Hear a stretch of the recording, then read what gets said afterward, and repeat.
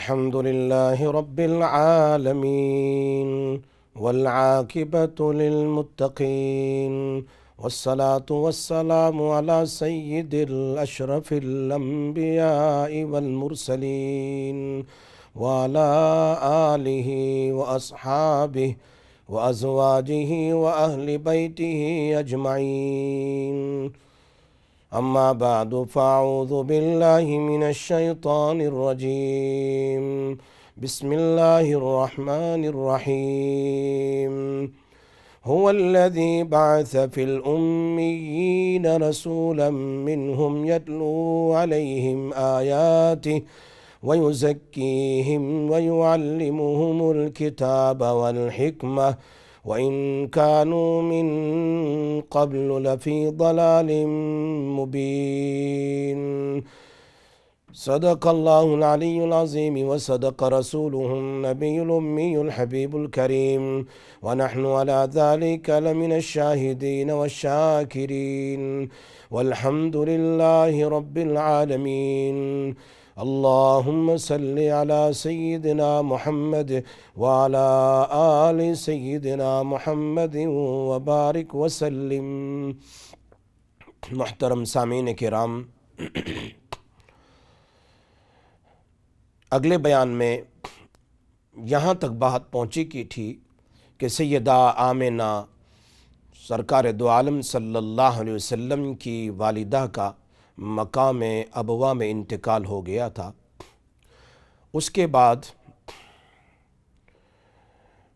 ایمن جو باندی تھی یہ بہت ہی نیک اور صالحہ تھی. ایمن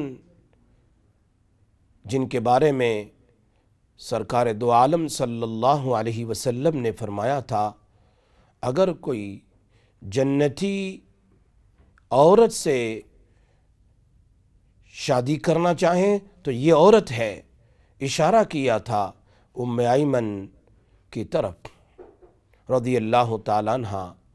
پھر ان کے ساتھ شادی ہوئی زید بن حارثہ رضی اللہ تعالیٰ عنہ جو رحمت دو عالم صلی اللہ علیہ وسلم کے لے پالک اور متبنہ لڑکے تھے، اور انہی کے بیٹے اسامہ بن زید بن حارثہ ہے جن کے ساتھ نبی کریم صلی اللہ علیہ وسلم کو بے حد بے شمار بہت زیادہ محبت تھی، جیسے حضرت حسن کے ساتھ حضرت حسین کے ساتھ. ایمن سرکار دو عالم صلی اللہ علیہ وسلم کو لے کر مکۃ المکرمہ کی طرف آئی اور دادا عبدالمطلب نے ویلکم کیا روتے ہوئے کہ ماں کے ساتھ بچے گئے تھے، جب واپس آئے تو بغیر ماں کے مکہ مکرمہ میں تشریف لائے، یتیم نہیں در یتیم بن گئے. اللہ اکبر.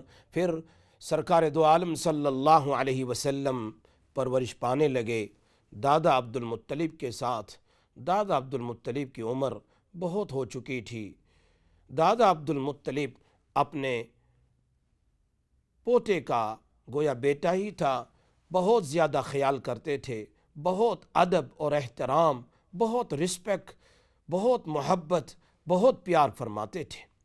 اسی لیے دادا عبدالمطلب جو تھے وہ مکہ مکرمہ کے سردار تھے. حاجیوں کی خدمت کرنا، حاجیوں کو پانی پلانا اور حاجیوں کو صحیح طریقے سے راستہ بتلانا، یہ سارا کام کاج عبدالمطلب کا تھا. دادا حضرت عبدالمطلب جو ہے یہ مکہ کے بڑے سردار تھے، لوگ ان کی بڑی عزتیں کیا کرتے تھے، عمر میں بھی بہت بڑے تھے. روزانہ پابندی کے ساتھ ان کی مسند، ان کی گدی بالکل ہی کعبۃ اللہ کے دیوار کے قریب بچھائی جاتی تھی. ان کی مسند وہاں پر کوئی اس مسند پر اس گدی پر کوئی نہیں بیٹھتا تھا، یہاں تک کہ دادا عبدالمطلب کے بیٹے کی بھی مجال نہیں ہوتی تھی. ابو طالب، عبد مناف، عبد عزہ، ان تمام کی بھی مجال نہیں ہوتی تھی جا کر اس مسند پر بیٹھے. لیکن نبی کریم صلی اللہ علیہ وسلم بیٹھتے تھے اس مسند کے اوپر جہاں عبدالمطلب بیٹھا کرتے تھے. تو ان کے چچا یعنی ابو طالب، کبھی عبد مناف، کبھی عبد عزا، یہ تمام کے تمام کوئی نہ کوئی ان کو روکا کرتا تھا، یہ تو دادا کی مسند ہے، اس پر نہ بیٹھا کرو، دادا یہاں کے بادشاہ ہے، ان کی مسند پر نہ بیٹھو۔ ایک مرتبہ عبد المطلب کو پتہ چلا تو دادا عبد المطلب نے اپنے سارے بیٹوں کو کہا، دیکھو تم لوگ نہ بیٹھنا، لیکن اگر محمد یہ میرا پوتا یہاں پر میری جگہ بیٹھنا چاہے ان کو بیٹھنے دینا، اگر وہ بیٹھے ہوئے ہو تو اس وقت میں نیچے بیٹھ جاؤں گا، لیکن ان کو اپنی مسند پر بٹھاؤں گا، اس لیے کہ میں نے اپنی آنکھوں سے بے شمار برکتیں، بے شمار نور ان سے دیکھے ہیں، عجیب عجیب باتیں اور عجیب عجیب کرشمے میں نے ان سے دیکھے ہیں، ان کی پیدائش سے پہلے بھی اور پیدائش کے بعد بھی، اور آج تک دیکھتا ہوا میں چلا آیا ہوں۔ ایک مرتبہ جنگل کی طرف رحمت دو عالم صلی اللہ علیہ وسلم اپنی 7 سال کی عمر میں جنگل کی طرف کھیلتے کھیلتے چلتے چلتے بہت دور چلے گئے، واپسی کا راستہ بھول گئے، کس طریقے سے مکہ مکرمہ کی طرف واپس آئے۔ تاریخ ابن عساکر نے اس بات کو نقل فرمایا، چلتے چلتے بہت دور چلے گئے، اللہ اکبر، واپسی کا راستے کا پتہ نہیں تھا۔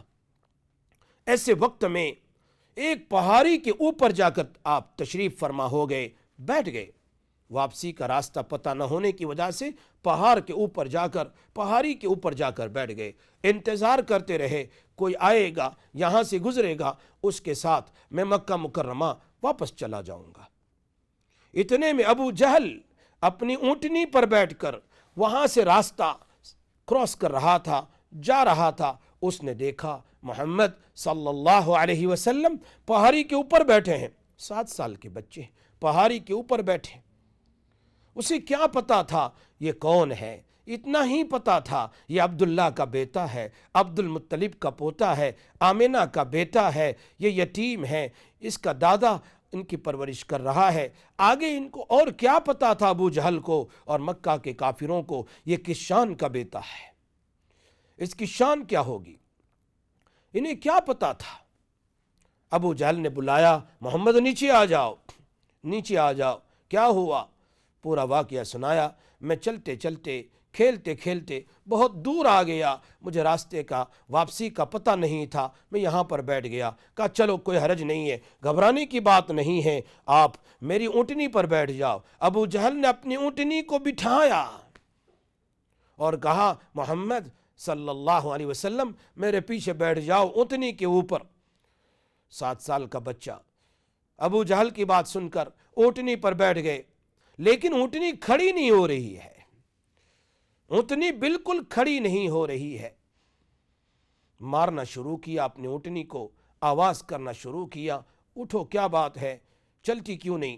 اتنی سب سے بڑے چودھری کی اونٹنی بھی بہت تازہ اور بہت بہترین اونٹنی تھی، کیا ہو گیا تجھے، آج اٹھنے کا نام نہیں لیتی؟ اللہ اکبر، وہ کیسے اٹھے گی؟ ابو جہل کے الفاظ ہے کہ میں نے کسی کہنے والے کی آواز کو سنا، کون تھا مجھے نظر نہیں آیا، لیکن کسی نے مجھے کہا ساری دنیا کی بادشاہت کرنے والا جس کو تم نے پیچھے بیٹھایا اس کا حق ہے آگے بٹھانا، اگر یہ آگے بیٹھے گا تو تمہاری اونٹنی کھڑی ہوگی اور پھر چلے گی۔ ابو جہل نے پھر اونٹنی کو نیچے بٹھایا، بیٹھی ہوئی تھی، اور محمد صلی اللہ علیہ وسلم کو کہا اتر کر کے آگے آ جاؤ، اور آگے بٹھایا۔ اللہ اکبر کبیرہ، اونٹنی کھڑی ہو گئی اور چلنا شروع کر دیا۔ ابو جہل مکہ مکرمہ میں پہنچا، اس وقت دادا عبد المطلب سے کہا عجیب شان والا یہ آپ کا پوتا ہے، عجیب بچہ ہے، پورا واقعہ سنایا۔ ابو جہل کو کیا پتا تھا یہ کون ہے، ان کی کیا عظمت ہے، ان کا کیا احترام ہے، کیا ہوگا، کیسا۔ نبی کریم صلی اللہ علیہ وسلم کے بارے میں سیدہ آمنہ خود کہتی ہے، دائی حلیمہ خود کہتی ہے کہ ہم جولے کے اندر سلاتے تھے، جولے کے اندر سلاتے تھے، اور جب کچھ کام کے لیے میں باہر جاتی تھی واپس آ کر دیکھتی تھی تو جولا ہلتا رہتا تھا۔ ایک صحابی نے سوال کر لیا سرکار دو عالم صلی اللہ علیہ وسلم سے، اس کا کیا سبب تھا، کیا وجہ تھی؟ نبی کریم صلی اللہ علیہ وسلم نے فرمایا تمہیں پتہ نہیں، فرشتے اللہ کی طرف سے متعین تھے، وہ جو میرے جولے کو ہلاتے رہتے تھے۔ سرکار دو عالم صلی اللہ علیہ وسلم کی زندگی عجیب، ایک مرتبہ بہت زیادہ پانی آیا اور کعبہ کی دیواریں بودی کمزور ہو گئی، گرنے کے قریب ہوئی۔ ابو طالب اور ان لوگوں نے سوچا اس کو گرا کر کے نئی دیواریں قائم کی جائیں۔ لوگ پتھر لاتے تھے، ہر ایک اپنی اپنی برکت حاصل کرنے کے لیے، اللہ کے اس گھر سے برکت حاصل کرنے کے لیے کوشش کرتے تھے، پتھر اٹھا کر لاتے تھے پہاڑوں سے۔ رحمت دو عالم صلی اللہ علیہ وسلم نے بھی پتھر اٹھانا شروع کیا اپنے کندھے پر، لیکن کندھا تو بالکل ننگا تھا، یعنی کوئی کپڑا نہیں تھا۔ تو ابو طالب نے کہا سنو، یہ اپنی ٹہبن جو ہے اس کو اتار کر کے اپنے کندھے پر رکھو تاکہ پتھر آپ کو نہ لگے، زخم نہ ہو جائیں۔ ابھی اتارنے کا ارادہ ہی کیا تھا کہ نبی کریم صلی اللہ علیہ وسلم بے ہوش ہو گئے۔ گویا اللہ چاہتے نہیں تھے کہ نبی کریم صلی اللہ علیہ وسلم کا جو ہونے والے میرے نبی ہے ان کا ستر بھی کھلے کسی کے سامنے، ان کی ستر کی بھی اللہ پاک نے حفاظت فرمائی۔ دائی حلیمہ خود کہتی ہے جب میں بچے کو بستر پر سلا کر کہیں جاتی تھی، اگر کپڑا نیند میں ہٹ جاتا تھا میں دیکھتی تھی کوئی ہے جو ان کا کپڑا واپس ان کے ستر کو ڈھانپ دیا کرتا تھا۔ بچپنے میں بھی آپ کا ستر کھلنے نہیں دیا۔ اللہ اکبر۔ ایک مرتبہ نبی کریم صلی اللہ علیہ وسلم بکریاں چرانے کے لیے جنگل میں گئے، اپنے ساتھی سے کہا لک آفٹر مائی گوٹس، میرے بکریوں کو لک آفٹر کرو۔ میں نے سنا ہے مکہ والے بہت بڑی بڑی شادیاں کرتے ہیں اور اس میں بہت کچھ ہوتا ہے، میں بھی جا کر دیکھوں تو صحیح کس قسم کی شادیاں ہوتی ہے، کیسے ناچ گانے ہیں، کیا بات ہے۔ نبی کریم صلی اللہ علیہ وسلم بچے ہیں، اپنی بکریوں کو سپرد کر کے عشاء کے وقت آ گئے، چونکہ دور دور تک لوگ بکریاں چرانے کے لیے جاتے تھے، اپنی بکریوں کو سپرد کر دی اور مکہ مکرمہ میں آ گئے۔ مغرب کا وقت ہے، ابھی ان کا وقت رات میں دیر کا تھا، فنکشن شروع ہونے کا، شادیوں کا وقت شروع ہونے کا، کھلانا پلانا ناچنا وغیرہ یہ شروع ہونے کا رات میں دیر سے تھا۔ یہ جلدی پہنچ گئے، جلدی سے نبی کریم صلی اللہ علیہ وسلم وہاں پہنچ گئے، دیکھنے کے لیے آئے تھے، ایک دیوار کے ساتھ ٹیک لگا کر بیٹھے۔ اللہ اکبر۔ دیوار کے ساتھ ٹیک لگا کر بیٹھے، اللہ پاک نے ایسی نیند دے دی کہ صبح سورج طلوع ہوا تب ان کی آنکھ کھلی، انہیں پتہ ہی نہیں ہوا یہ فنکشن، یہ شادی، یہ ناچ گانا، یہ گانا وغیرہ کیسے ختم ہوا، بالکل پتہ ہی نہیں چلا۔ یہ واقعہ 2 مرتبہ ہوا ہے، دونوں مرتبہ اللہ پاک نے ان کو ایسی نیند سلا دیا کہ انہیں کچھ پتہ ہی نہیں چلا کہ رات میں گانے کیسے رہے، رات میں ناچنا کیسا رہا، رات میں ان کے شراب کا پینا پلانا کیسا رہا، کچھ پتہ ہی نہیں۔ صبح سورج طلوع ہوتا ہے، سورج کی گرمی سے آنکھ کھلتی ہے۔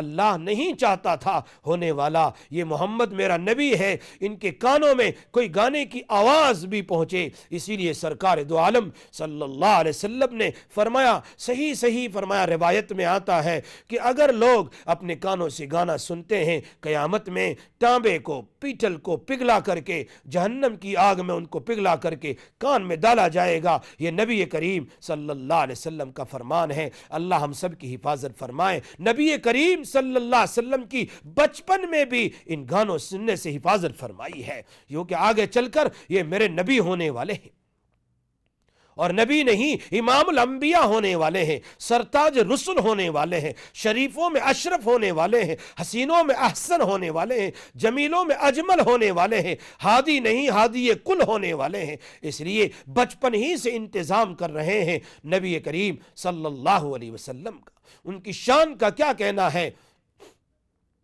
عبد المطلب فرماتے ہیں کہ میرے نبی محمد کو آشوب چشم کی بیماری ہوئی، آشوب چشم جس کو ہم کہتے ہیں پنک آئیز، آنکھیں ریڈ ہو جاتی ہے، آنکھوں سے آنسو نکلتے رہتے ہیں۔ یہ بیماری لگی بچپن میں، 7 سال کی عمر میں۔ عبد المطلب کہتے ہیں میں نے سنا تھا کہ فلاں جگہ پر ایک کاہن، ایک راہب رہتا ہے جن کو پچھلی کتاب کا پتہ ہوتا ہے۔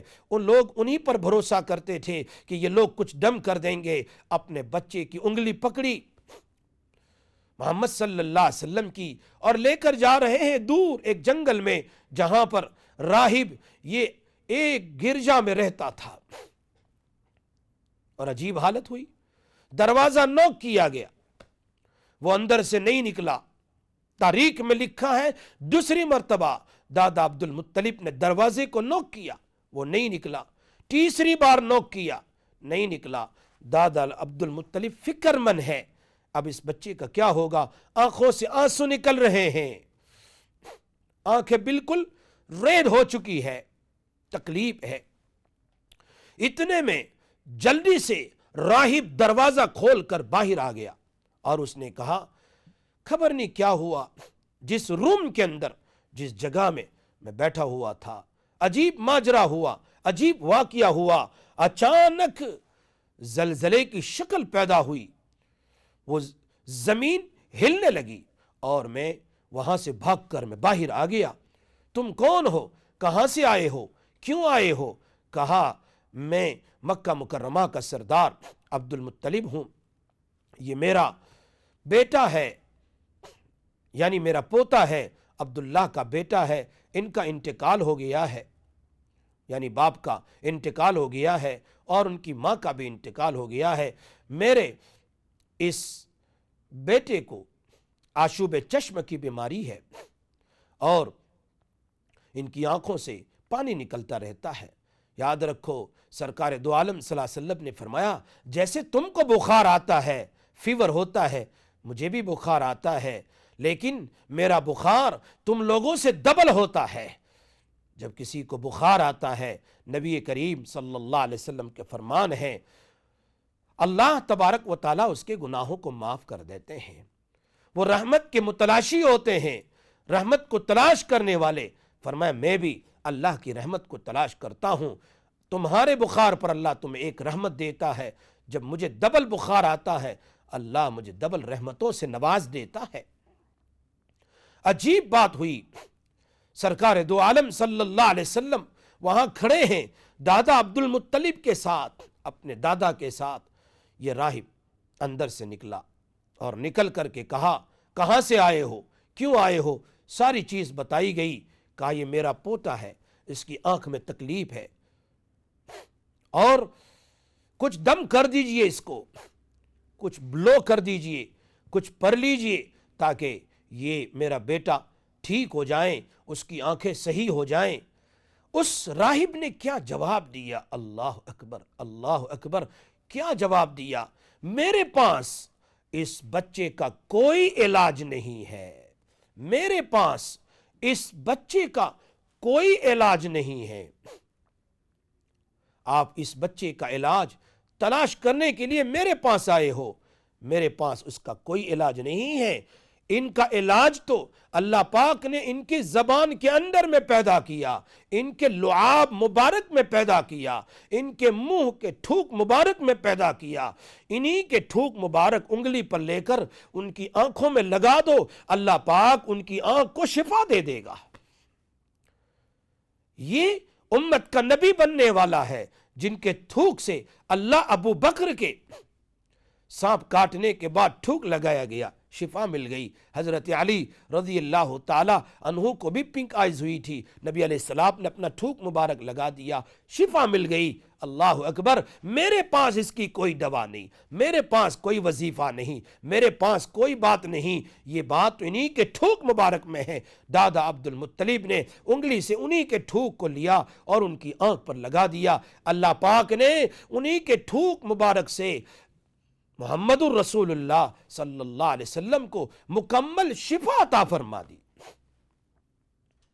دادا عبد المطلب خود فرماتے ہیں کہ ایک مرتبہ میں حبشہ کا سفر کے اندر میں تھا، تجارت کے لیے اپنے قافلوں کے ساتھ گیا۔ ابسینیا اور حبشہ کے بادشاہ نے مجھے بلایا،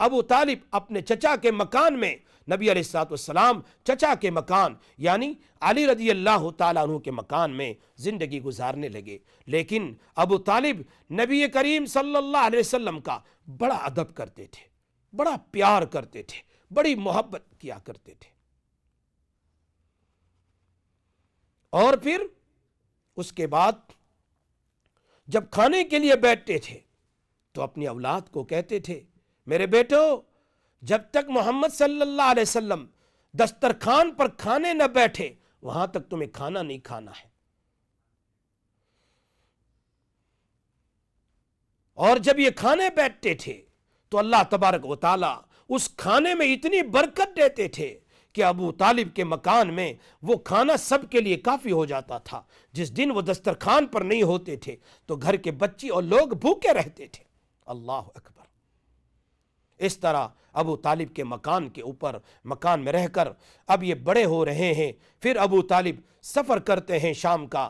انشاءاللہ آئندہ بیان میں اس کے بارے میں سنایا جائے گا کہ سفر کے اندر نبی علیہ السلام بھی ساتھ میں جاتے ہیں اور کیا کیا معجزات وہاں پر ظاہر ہوتے ہیں۔